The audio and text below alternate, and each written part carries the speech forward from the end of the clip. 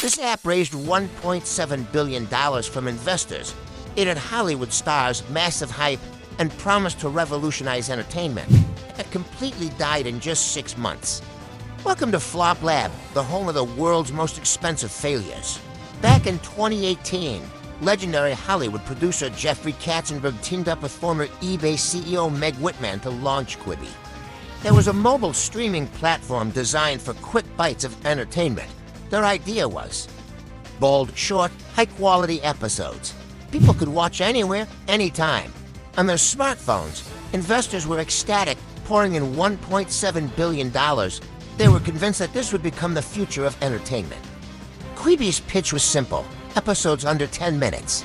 It had high production values and exclusive content featuring top Hollywood stars. They promised to revolutionize how we consumed media, targeting busy people on the go.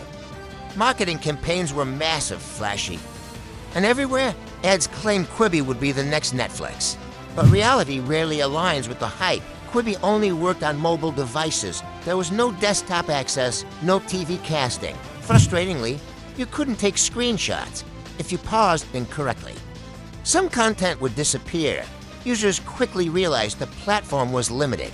Critics were harsh, calling it overhyped, over-engineered, and unnecessary. The internet had a field day with memes mocking the platform.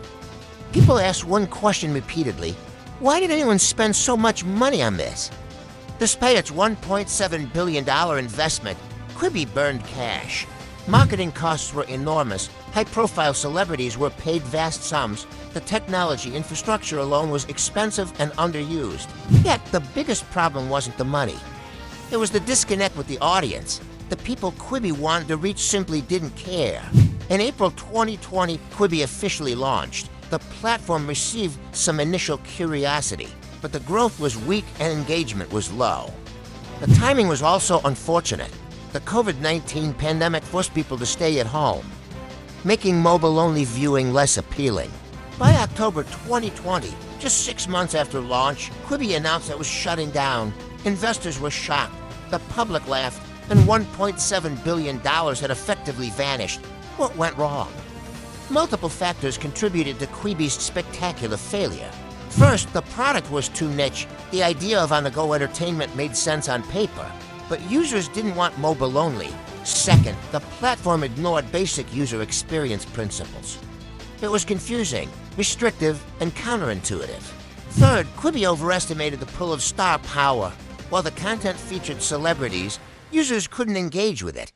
Finally, the market was already saturated. Competing platforms like Netflix, Hulu, and YouTube offered flexible, accessible, and free options, making Quibi's proposition hard to justify. The media coverage of Quibi's demise was brutal.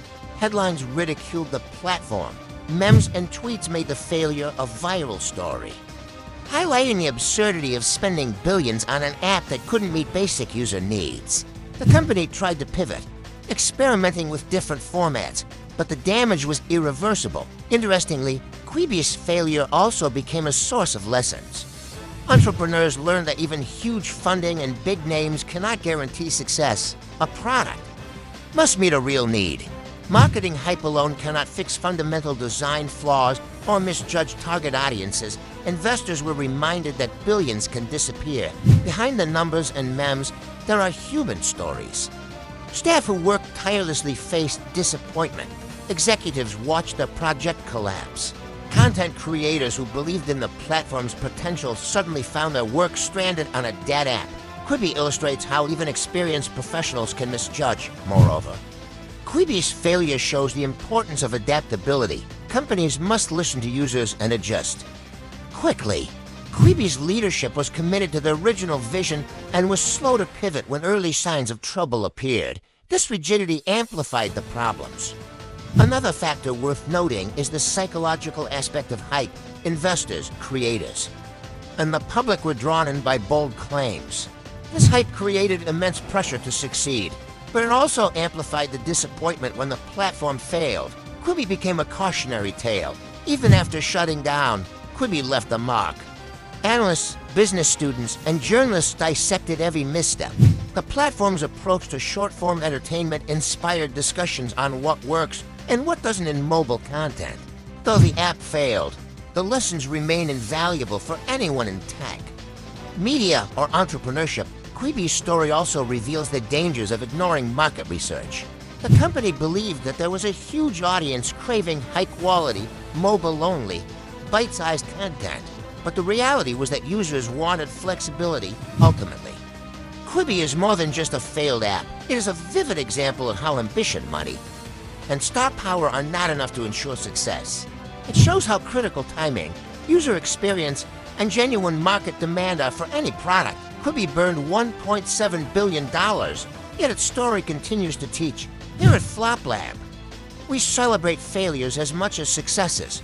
Behind every flop, there's a story, lessons to learn, and sometimes absurd humor. Quibi's rise and fall is one of the most dramatic examples in recent history. It is a reminder that even the best laid plans cannot always guarantee a happy ending.